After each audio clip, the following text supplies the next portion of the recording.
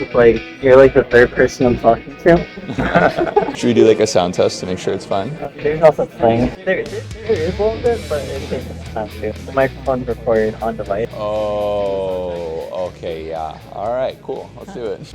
I guess to start the conversation, let's just talk about who you are, John, where you come from, and a little bit about yourself, and why you agreed to talk to me about technology.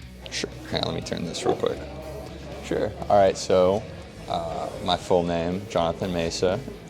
I was born and raised in Miami, Florida, where we are right now. I've lived here pretty much my entire life, with the exception of college at UF.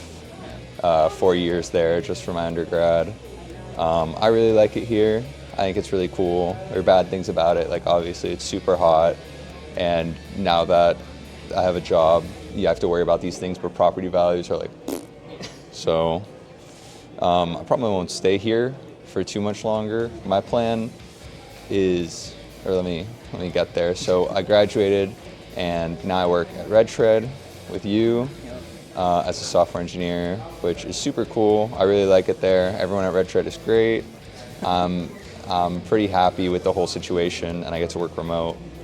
My plan going forward is I live at home with my parents. Very fortunate to have parents who are very loving and supportive, letting me stay with them as I save up for a little while. And after a few months, maybe a year, my plan is to just go somewhere and just live there. But yeah, so that's where I'm at now. How I got here is I was a comp sci major in college, minor in statistics, because I wanted to get into like data science, machine learning. But when I was a freshman, data science wasn't a major at UF, so it is now. But yeah, I took a liking to comp sci because I was always like on computers when I was little. You know, video games caught my attention pretty early. I learned how to like fix like not super complex stuff, but when my grandma needed me to change the input on the TV or set up like stuff with wires, I was the one doing that. And in high school, I had to pick an elective, and of the ones available, comp sci was the coolest. So that's what got me into it, and I just rolled with it since then. And I think it's pretty fun. I like it. To me, it kind of feels like it's a puzzle, but like it's a puzzle that like makes something at the end. So yeah, I really like it. I feel like it's a good job for me because, you know, they always say like find your path, like do what you want to do. You know, if you love what you do, you're not really working. I don't really like that. I think there's a much better quote, ironically, from Jerry Seinfeld of all people. Of course. That's like, find something where you like the good parts and you tolerate the bad parts. And I think coding's that for me, because sometimes I'll be coding and I'll like be killing it. I'll be like, oh man, this is awesome. I feel so smart. And then I'll get stuck on a bug for like a day and I'll be like, all right, I hate this, but you know, I'll come back to this tomorrow with a fresh head and maybe it'll be better. But that's a lot about me and where I'm at and why I chose tech. So. Yeah, I appreciate that. That was a very thorough intro. I was not expecting all that information. Yeah.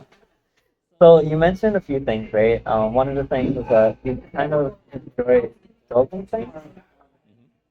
Would you say that's like from young you were like, or you kind of discovered that as well?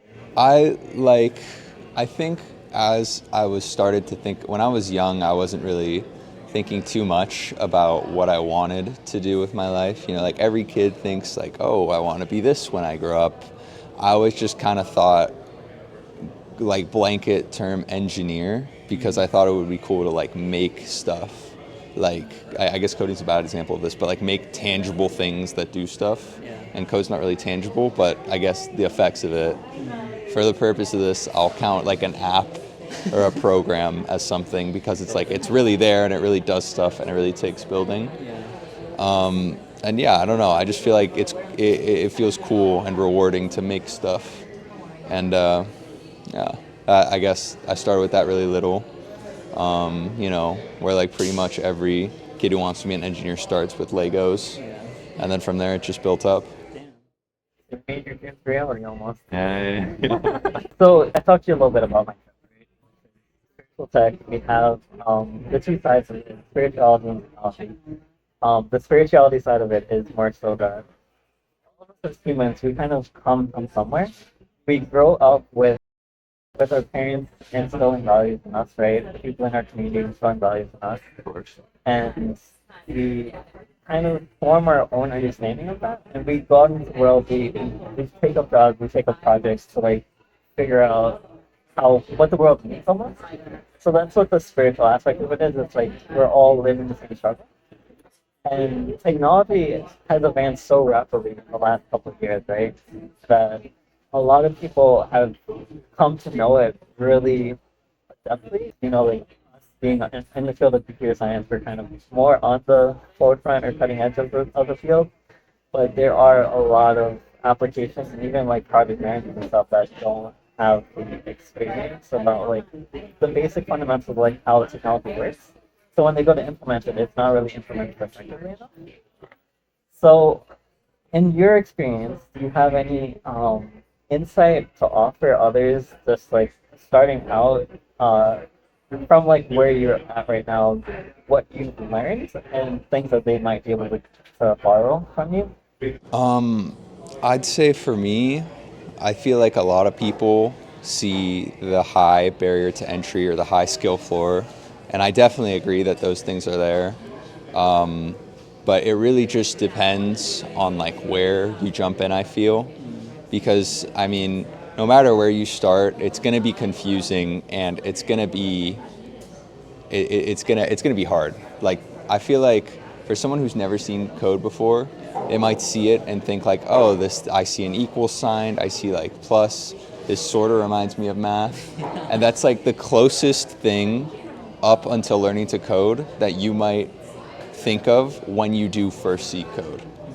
And so, I guess what I'm trying to say is, seeing like seeing actual code is so different from everything that you're used to that it really takes a while to sort of acclimate to what's actually happening and to sort of understand what's going on behind the scenes. Adding on to that, like each coding language, although they all like function very like similar, they're all like they do different things, they work differently, they all have pros and cons. I think for me, what helped me get started was just like not like paying attention, just focusing on myself, because especially in computer science and especially in university, you meet so many people who have been coding since they're like 4 years old. Yeah, I was in a club where a friend I made got an Amazon internship as a freshman. He was just like insanely good. And you see stuff like that and you're like, it's too late for me. I can't do it. And you just get demoralized. But I feel like if you keep pushing and persevering, then eventually stuff starts to catch on, stuff starts to make sense. And I mean, that's true of any skill, but coding is one that I feel like can be especially frustrating at times.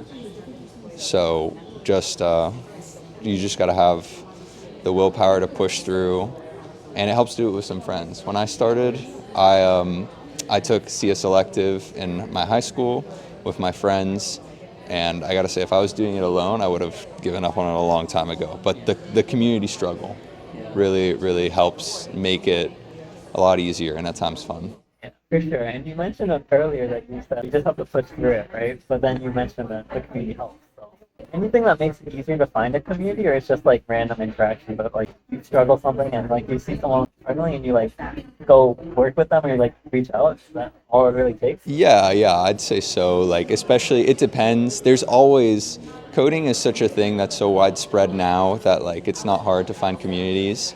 At my university, I was the president of Open Source Club, so I'm gonna obviously plug open source. Open source is always there. It's got communities of people working on great stuff, and it's a little intimidating at first, but if you find the right place to start, you can get a good path. And then especially like going back to university, like at least at my school, It was like the number of engineers is like, oh, there's maybe this many mechies, this many arrows, this many electrical engineers, and then this many computer science majors. And I feel like that has less to do with, like CS is the best thing ever, and more with before COVID, everyone was like, oh, I want my Google job, or I get to go in the ball pit and have like 5-star meals in the office. Yeah. And then, COVID happened, and now it's harder to get coding jobs. But back when I was a freshman, I started fall 2020, right before COVID, everyone was like, oh, coding is it. But yeah, I feel like in terms of community, there's a lot of people who love to do it, and the people who love to do it really love to do it. And I feel like the best part about coding is that it's making something, but it's not like there's so few things where you can make something competently with so many people. Like apps have like hundreds of people, big apps, granted, have like hundreds of people working on them. Smaller apps will have like obviously like less, but to have that many people working together to actually make something and that thing works is like insane. So that ties back to something you said earlier that I want to bring up, which is like when you're learning one language, if you learn it well enough, and you learn the abstracts enough, you're able to learn other languages a lot faster, right? And it helps with kind of that interdisciplinary communication between not just within CS or within programming, but also within other applications that you're actually trying to like build. So whether that's like a medical application or a finance application or whatever else there is, you kind of get that ability to connect, right? Mm-hmm. And I was gonna say something, I forgot it. This happens often if people don't know. I guess while I'm remembering that thing, we didn't really talk about it, but my undergrad's in mechatronics engineering. Right? Do you know what mechatronics engineering is? Nah, super. So it's a mix between mechanical, electrical, computer, and control. It's 70% mechanical, 20% electrical, 10% electrical, control, and computer. So it's very little computer, but I got into computer science and I did my master's in computer science after that. Right? But you mentioned how after school there was like this many mechanisms, lower aerospace and electrical, and then this many computer science. So do you think that going forward, is there going to be less of a difference between computer science and the world? Or do you think technology is just going to be in everything, that everyone's going to be a sort of a programmer in some sense? I definitely do. So I think part of the reason that CS is so hot, that there were so many computer science majors in my year, is not only because of what I said before, but also because computer science is such like a broad field. Like at my school, there was computer science major, and then there was everything under that umbrella term. But at other schools, like I know I had a friend who went to Northeastern, they have a college of computer science, and then all the different majors have their own thing because they're more like CS focused. But that's one thing that I definitely think is cool about computer science, particularly AI, is that the world is going to become more digital, at least I think. Yeah.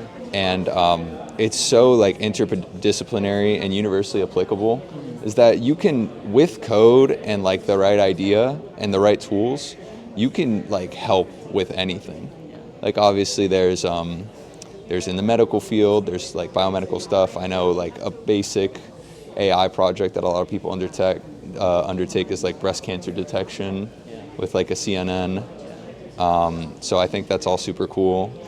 And yeah, I mean that's one thing that I really like about it too.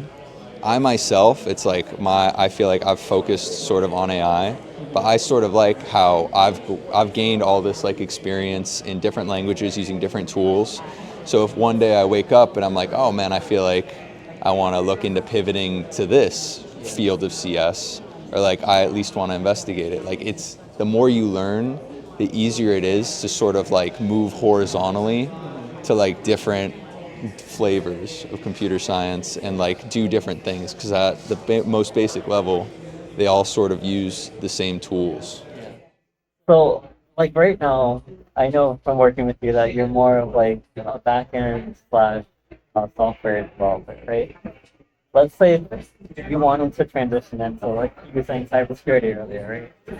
Do you think that you have a standard plan of attack on how you transition that horizontally in that manner, or do you think that something about the field would like prompt you to actually act differently? So I definitely like think part of me definitely looks at this isn't the main thing, but part of me looks at what's in demand.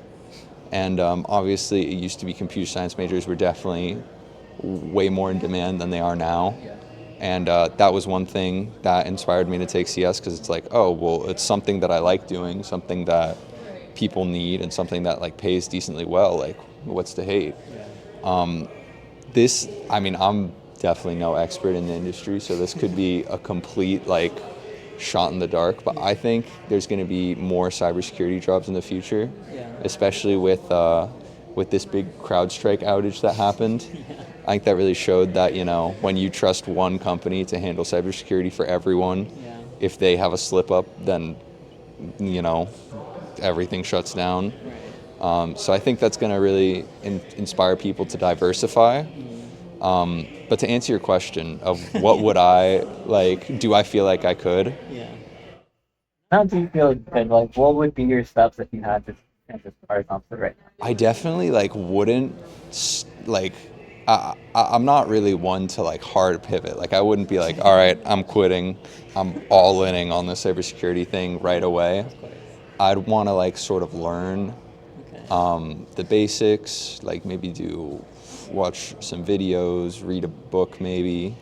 I know they have like beginner courses, and that's one thing that's really great about comp sci, and one thing that ties into like the ease of access that we were talking about earlier is that there's so many resources, a lot of them free on the internet, and all you really need is a computer.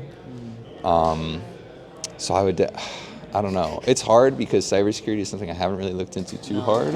But I hear about it and it's cool, and I like hear about all these classes, and people are like, oh yeah, I just took like pen testing, and it was neat. And people call it hard but challenging, which to me actually sounds really fun because I don't know, that's the sort of thing I look for, is something that's like, it's not like trivial. I'm not sitting there like pressing a button over and over again. I actually like am challenged, but like I feel like it'd be super cool and rewarding. Just like the aspect of making stuff, it'd be really rewarding to get it done at the end of the day. So you had mentioned that like with the CrowdStrike, there's going to be like a big push. Not just that, but like just the recent events, right? I think so. And there's definitely been a large number of events that go unrecognized about like cybersecurity incidents that are are serious, right? I'm definitely with you in the sense that there is going to be a large push in that area. I don't know what it's going to look like, but I think that what that means for us going forward is that there's a balance that we have to strike, right, between how much we need to do for ourselves and how much we can offload or like borrow from others, right? Because when you borrow something, you're depending on the other person to do their job. So, in your opinion, from your experience so far, do you think have you thought much about like how you create that balance of like when you take on work to do, like it's new development versus like inheriting a new library that you want to implement or something like that? So I personally believe the spirit of coding is if it exists, yeah, if it exists, use it. No, but I personally, for to some extent that is a joke, but to some extent, like yeah, I definitely think like if it exists, you know, there's so many times where I'll have an idea, I'll be like, oh, this would be cool, and then it already exists, because like, you know, most good ideas tend to. But yeah, I think there's a lot to learn with something that already exists. You could just use it, or you could like take it and learn from it. Be like, oh, what could be better? If it's a thing that's open source, you could even be a part of improving it, which is super cool. Or you could like build your own thing from the ground up. But yeah, I think it's important to have that record and that history of like what has been done to you know, to improve on it, because you know it's I don't really know how to phrase it, but I feel like there can't be forward progress without that record of the past. No, for sure. I feel like there's a delicate need to like preserve where we come from because like we don't want to repeat our mistakes, right? And the whole point is to learn from it, but there's only so much bandwidth and like attention that we can give to, like remembering everything. So like as a developer, that 90% of what we do is just looking up, being able to find the things that would help us that we've done in the past or that like can actually solve the problem that we're dealing with. Because keeping all that in our head is not really practical, right? There are definitely the top like 10% whatever developers that are like they can rapid fire code and just like Zero errors. It's done. 1,000 lines. but it's definitely a hard struggle. I guess kind of pivoting a little bit. How do you feel about technology that you experience? Do you think that there's a good balance between technology and people right now, or do you think that people, or just you individually, are overwhelmed or just like feel like you're around too much technology? That is a really good question. Um, I feel like it depends person to person. Me personally, I feel like I'm surrounded by a good amount of technology to where like it helps and it makes life more convenient, but it's not like, I don't know, it doesn't feel like overbearing or overwhelming. Yeah. Like, there's obviously all the technology that I use in my daily life, and then there's like the kind of technology that people worry about, which is like, I don't know, like information tracking or like big scary AI. Yeah. And I don't super mind either of those things. Like the information tracking, I feel like if you do take enough care, you can somewhat protect your information. And even then, it's like maybe this is a really uneducated point of view, but it's like, what are they going to do with my information? Give me better ads? I know there's obviously like there's people who will sell information on the dark web and like, don't put your social security number just out there. Yeah. But for stuff like my email address, I try to, not use my real email address for like trivial things, Right. only use it for like official things. Separation of concerns almost. Yeah. Right. So I feel like if you're doing like as what's needed, most people don't need to take the extra step. Granted, some people definitely do need to take the extra step of like using like encryption and VPNs and all that. Yeah. But I feel like the average person, if they're careful enough, doesn't super need to worry about that. They just need to be a little educated on the dangers that are out there and how to avoid them, like using public Wi-Fi and other things like that. In terms of like AI, I feel like AI is really a thing that's been super overhyped. Like it's definitely getting better, and it's definitely going to be a part of more things as time goes on. Yeah. But some people think like that, like we need to like. Well, hang on, let me stop myself because I was going to say like I definitely do think that we should like regulate it, but some people think like it's going to take over the world. No one's going to have jobs in 2 years, and it's like ChatGPT is not going to take over any countries anytime soon. Well, it's not going to do it by itself, right? By itself, right. But yeah, I guess the point of what I'm trying to say is like there are definitely, the future is like shrouded in mystery, but I don't super feel weighed down upon by the amount of technology that's around or like presently coming. Yeah, I almost forgot the question I asked you that we went on this whole. So I like to ramble sometimes. No, you good. No, it's good context, and I feel like that's kind of just like the whole conversation in a nutshell right there. The thing about people being scared about the future of technology, like the whole point of technology is to make our lives easier, right? And if we are scared that it's making our lives too easy, I think we have a different problem, right? Yeah, definitely. Technology made a lot of convenience for us in order for us to be connected with people. And because we're so connected, because data is shared so much, we kind of open the door for people to act maliciously because they're closer to other people than people in general give themselves credit for, right? In the same way that we have cybersecurity today to protect normal programs that's not AI, right? In the future, when we have AI, we should have different cybersecurity processes, procedures that would protect us in that sense, right? Right. And to kind of give a little bit of a side story here, like definitely one of the things that you mentioned is about oversharing data, right? Right. I know there's definitely the two schools of thought. People who are like super scared to share anything because they're like paranoid about what's gonna happen, and the people that I wouldn't say are like you, but they're like way farther. And like they don't know enough to care enough about how not speaking this data, right? Yeah. And you're kind of in the middle where you kind of know the both sides, and you kind of found the balance of like when you take actions to protect your data, right?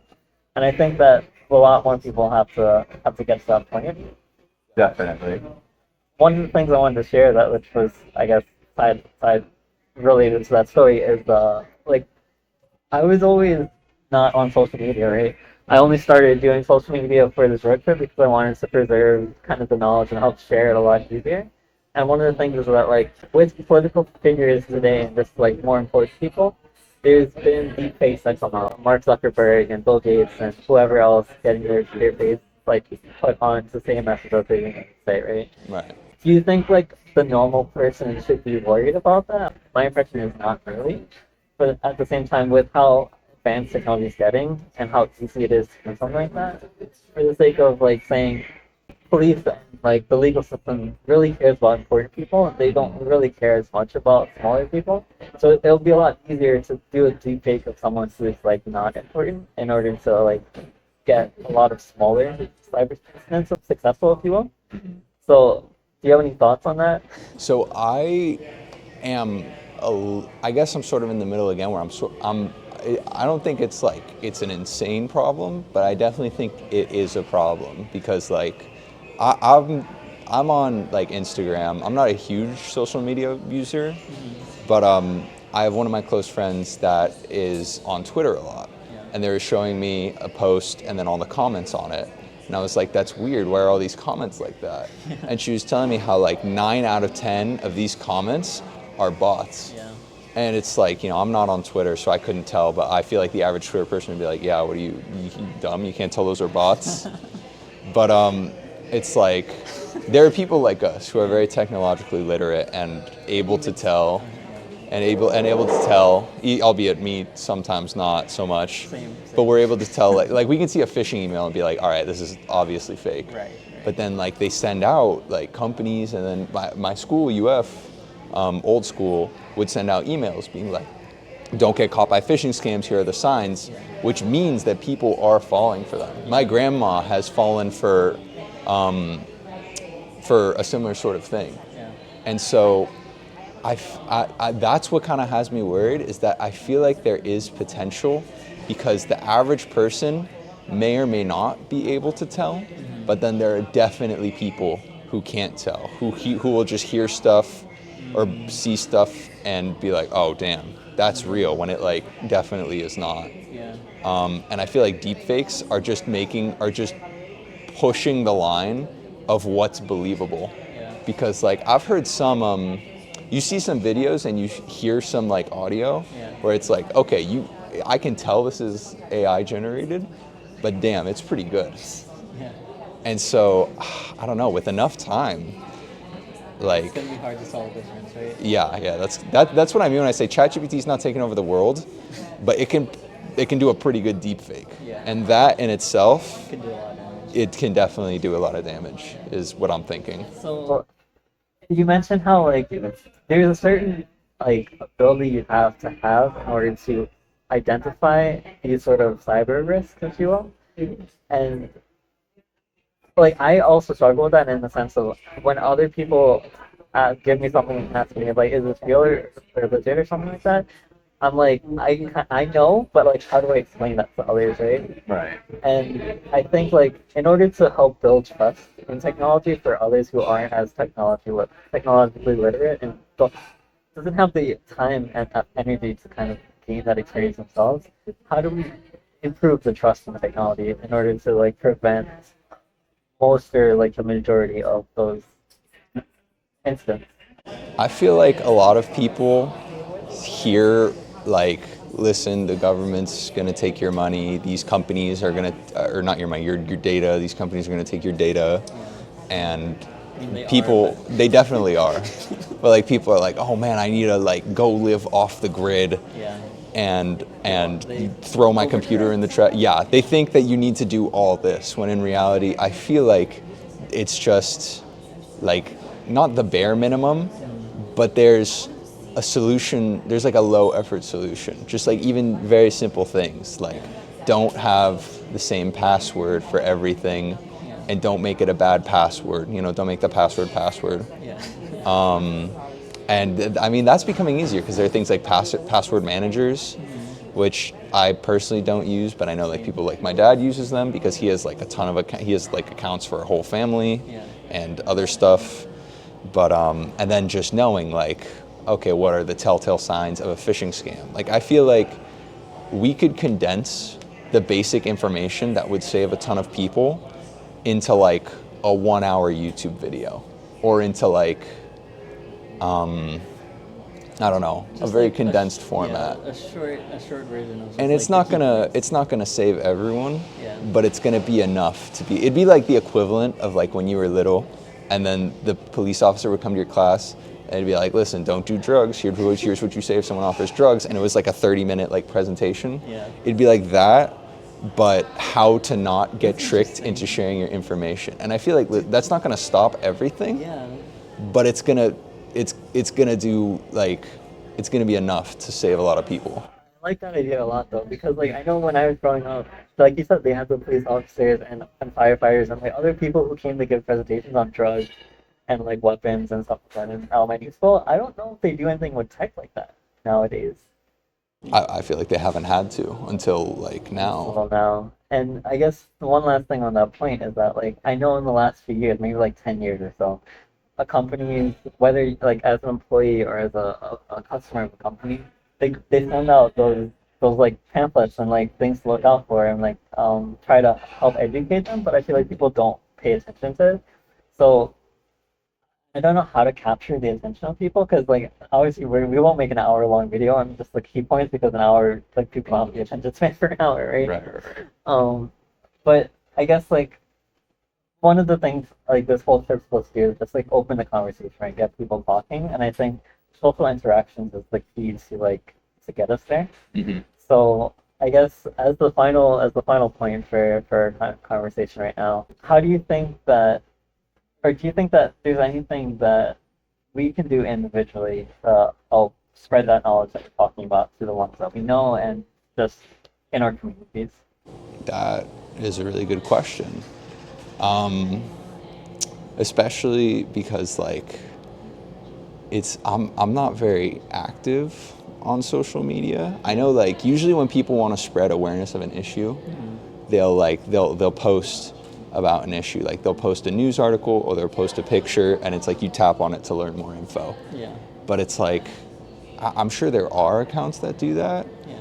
With like I don't know. That's a really good question, especially because like it needs to happen because no one's. I mean, there probably are people doing it, but like it's I don't not, really like, know. It's not like obviously it's not like the top of what's hot and trending right on the internet. And even then, like I feel like using the internet alone doesn't really solve the problem because people don't trust it, right? So how do you? Right. I feel like that's the main thing is trust, and that's that's the root of everything. Is do I trust this email? Yeah. Do I trust what this like anonymous person is messaging me about? Yeah. So I don't know. It's how do you make something that people trust? Yeah. And I mean, I guess that's all you can do is just talk to people who trust you and give them the reliable information. Yeah. And make sure that you trust yourself and make sure that you double check everything you're saying because you don't want to be like, spewing misinformation. Yeah, I feel like we all have like a duty to like like you said, to tell the truth and just like be truthful and honest about like what we know and what we don't know and try not to do that misinformation. No, yeah. Like I've definitely been having conversations before where I'm like, wait, let me fact check myself real quick. Yeah. Just whip out Google and do a quick search. Yeah. So a lot of people, that's really all it takes is just, I say that now because Google AI Assistant is now like messing everything up. But like, yeah, I don't know because that's part of it too is like, do you really like, with so much stuff on the internet, it's like, is the Google search even trustworthy? Yeah. I feel like people feel like they can only trust like people who work in that industry like you or me. Yeah. And yeah, And even then, only if you like know the person. Yeah, If it's yeah, some random yeah. person, they're like, yeah, you have credentials, but like, how can I really know what your intentions are? You know? That's why it's like, it's definitely tough. I feel like that's a really good question. Yeah, and I guess I had a point and I lost it, man. Um, going back to the point about um, trust, I lost it. We're talking about like Google and like you gotta trust the people closer to you. Oh, yeah, I was gonna say, I think this goes into a whole can of worms about like the like social issues and just what people care about and just the amount that technology is amplifying the voice of people in order to like create this sort of discord of like high noise that we're always around. So because we're so like overstimulated a lot of times, it makes it hard to still like try to focus on what's important. Definitely. I 100% agree with that. Like they try to tell like social media and the internet just tries to shove so much in your face at one time that it feels overwhelming and like, you know, you're hearing about everything that's happening across the entire world. And like obviously there's bad stuff and there's good stuff happening across the entire world.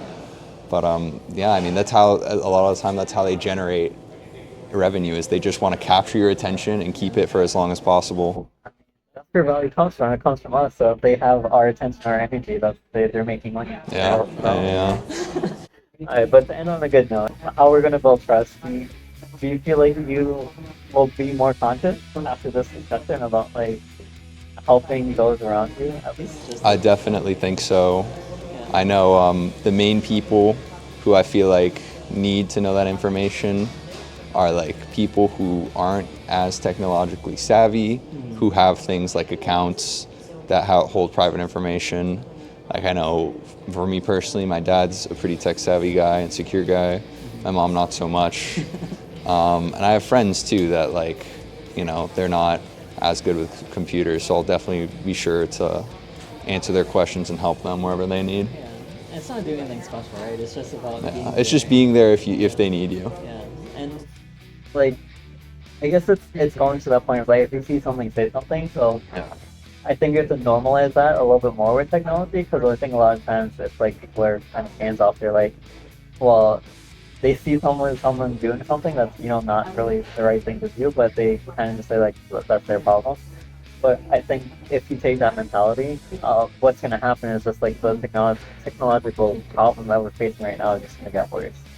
And yes, it's like someone's individual problem, whatever they're dealing with, but that avalanches into like a bigger problem if everyone is facing the same problem, and they're all doing the bad thing. Mhm. So we're just gonna try, right? I mean, I don't have anything right now. This is the start of the trip. It's just about creating conversation. So I appreciate it, man. No, yeah, for sure. And I think you're gonna get some pretty useful insights across the entire the continental states, right? All of them. Yeah, I'm excited to see who you talk to and where it brings you. Thank you, Trey. It was a pleasure having you. Yeah, it was a pleasure to be on.